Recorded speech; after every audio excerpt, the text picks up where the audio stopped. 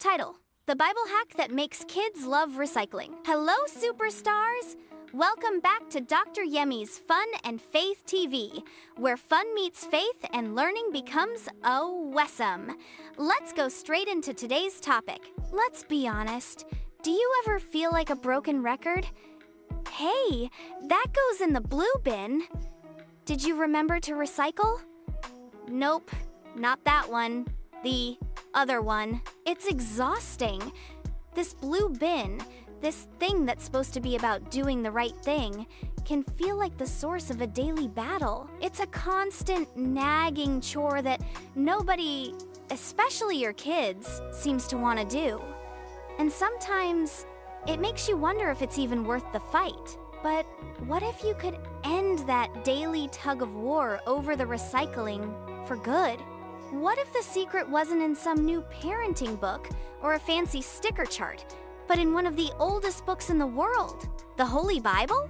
We stumbled upon a simple hack that connects an ancient story to a game that makes our kids genuinely excited to recycle. Seriously, stick around, and I'll show you exactly how we set it up and how you can transform this dreaded chore into a joyful mission for your family.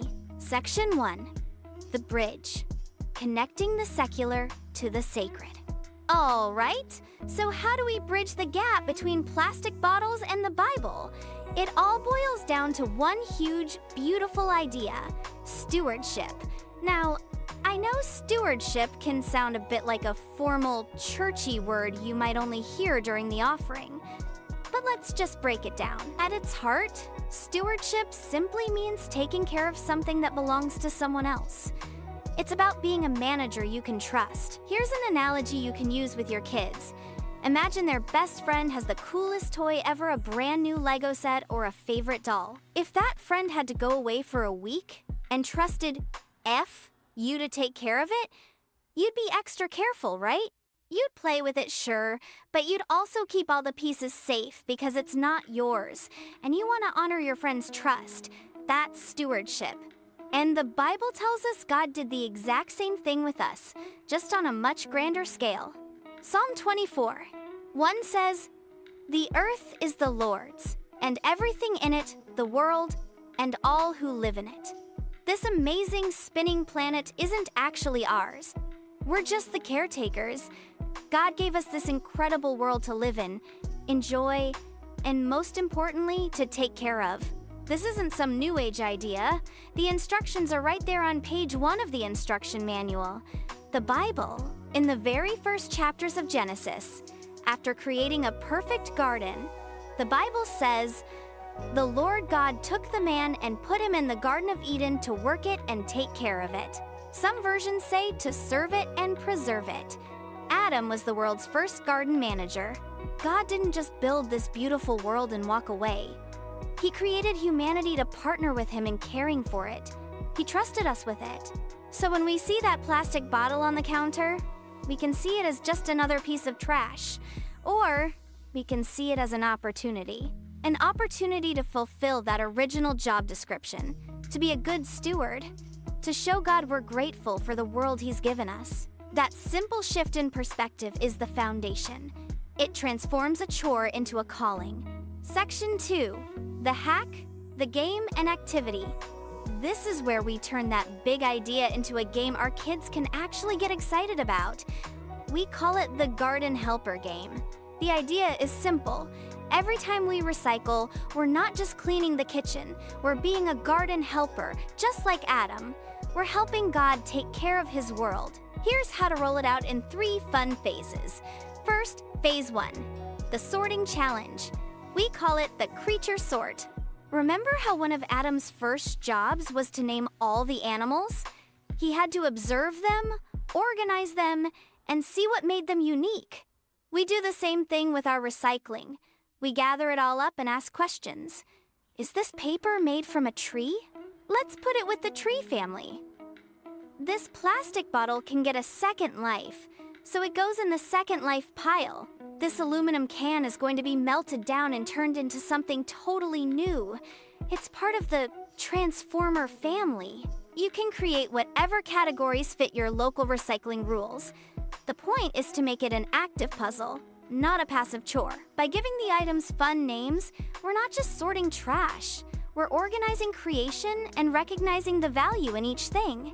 Next up, phase 2, the redemption bin. This is my favorite part because it makes a huge spiritual concept feel real. We don't call it a recycling bin anymore. It's the redemption bin. Why? Because redemption is what the Bible is all about. It's the idea that God can take something broken, messy, or used up and make it brand new. As it says in 2 Corinthians 5:17, if anyone is in Christ, he is a new creation. Everything old has passed away. See, everything has become new. So, as we put our sorted items into the redemption bin, we talk about it. This crushed milk jug looks like it's finished, but it's not the end of its story. It's going to be taken, melted down, and redeemed made into something new. Maybe a park bench, or a fleece jacket, or part of a playground. This simple act becomes a little parable in our kitchen, a tangible reminder of how God works in our own lives. He takes our mistakes and our messes and redeems them, giving us a new purpose. It connects the physical act of recycling with the spiritual truth of grace. Finally, phase 3, the scoreboard. Kids love a little friendly competition, and they really love seeing their progress. We made a simple chart called the Garden Helper Scoreboard. It's just a poster board that says, Team Talou and Team Taupe, God's Garden Helpers. Every single item that goes into the redemption bin is 1 point for each team. We just make a little tally mark. This does 2 things. First, it makes everything count. That one little bottle cap? Point. That piece of junk mail? Point. It actually encourages them to look for things to recycle. Second, it gives us a team goal. When we hit 100 points, we celebrate, and the celebration is key.